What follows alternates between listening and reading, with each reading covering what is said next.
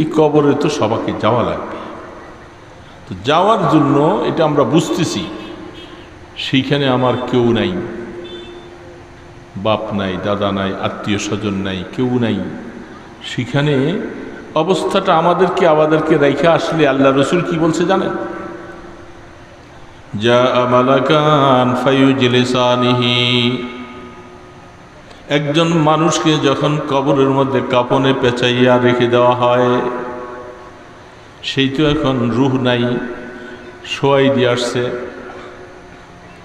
আল্লাহ পাকের তরফ থেকে তাকে আবার কিছু সময়ের জন্য রূহটা দেওয়া হবে। দুইজন ফেরেশতা আসবে, চিনা যাবে না, মুনকার নাকির, অদ্ভুত চেহারা, দেখলেই কলিজাটা ফেটে যেতে চাবে।